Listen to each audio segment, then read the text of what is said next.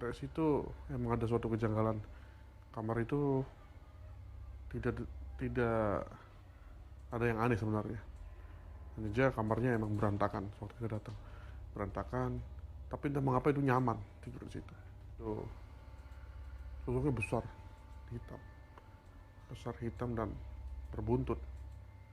Entah itu bentuknya seperti apa, kurang paham juga gua.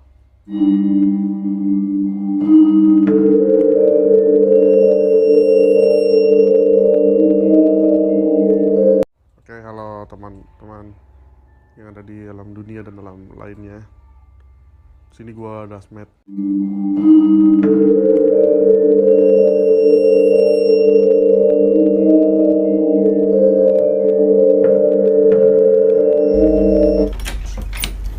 Sebenarnya bukan pengalaman horor, sebenarnya suatu kewajaran yang horor gitu.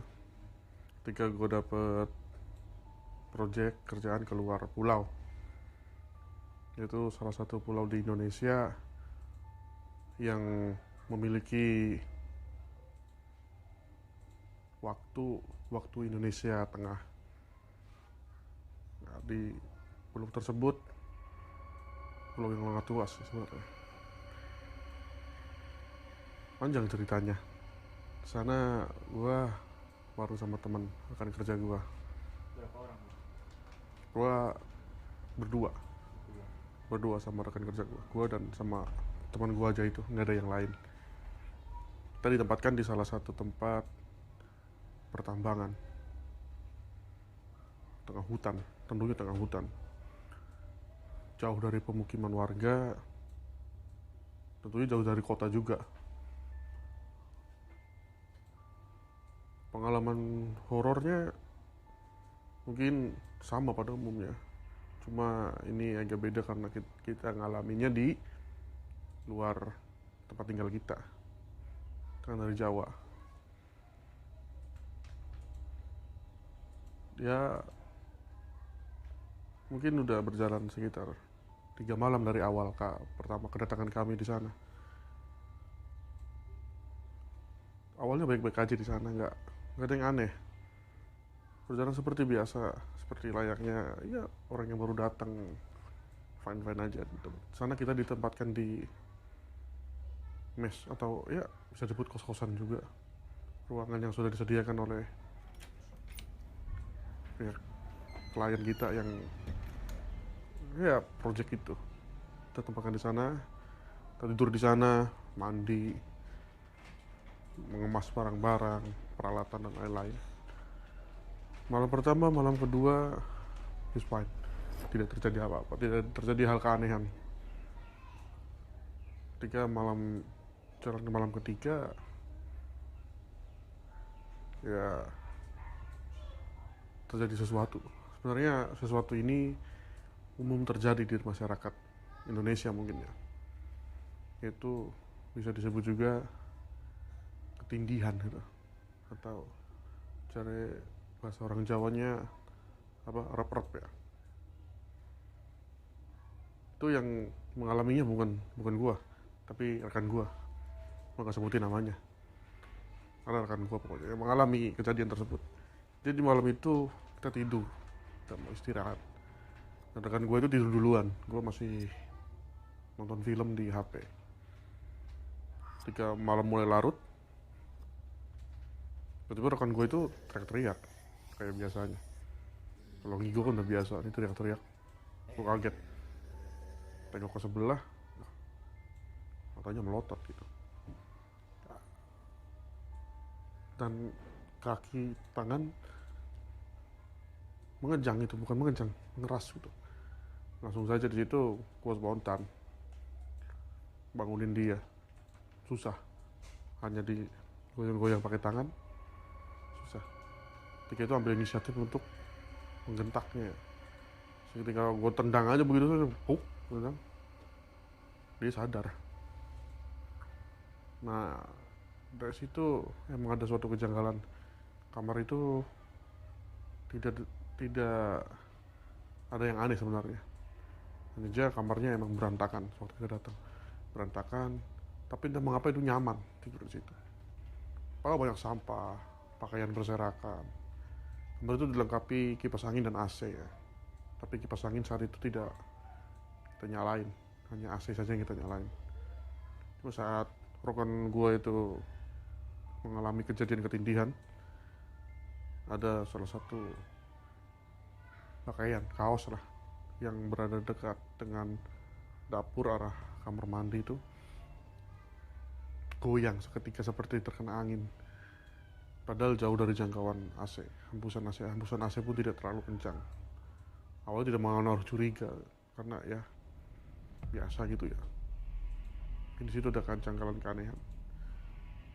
Terus dari tuturan teman gue itu juga, teman gue itu sebelum dia merasakan ketindihan juga katanya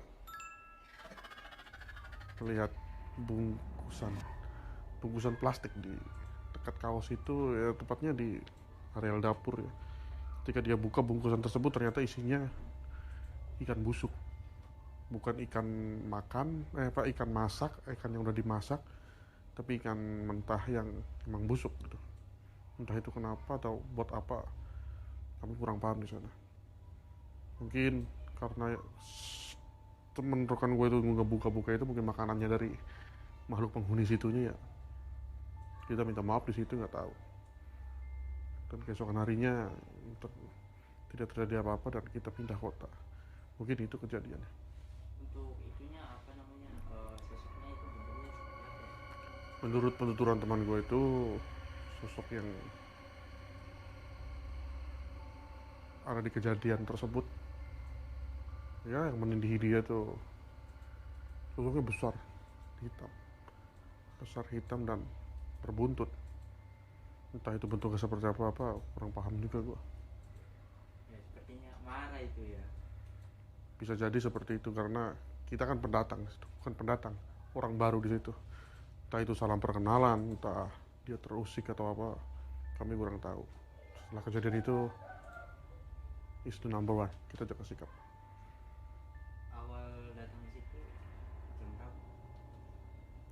3 hari pertama kita datang ke situ, kita masuk di ruangan itu, masuk di kamar itu sekitar pukul 3 dini hari. Dini hari. Tidak terjadi apa-apa ya. Tidak terjadi hal aneh karena kondisi badan kami itu udah lelah sekali. Tadi kita masuk kamar, nyalakan AC, nyalakan lampu, naruh tas-tas dan sebagainya, lepas sepatu, kami langsung tidur. Apakah menurut orang-orang yang sudah lama di situ memang benar ada atau gimana ya?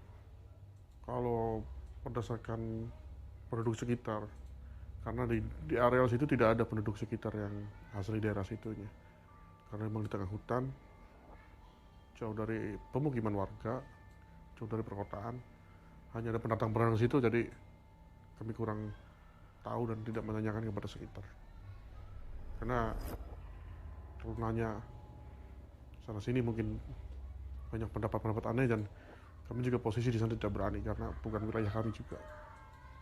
Nah, setelah pindah ke kota, apakah rasanya masih sama atau beda?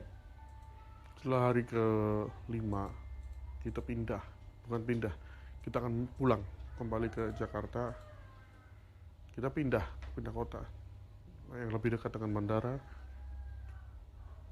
Dan di malam pindah kota itu tidak terjadi hal-hal aneh, seperti biasanya saja. Gak ada hal yang aneh mengikuti atau apa.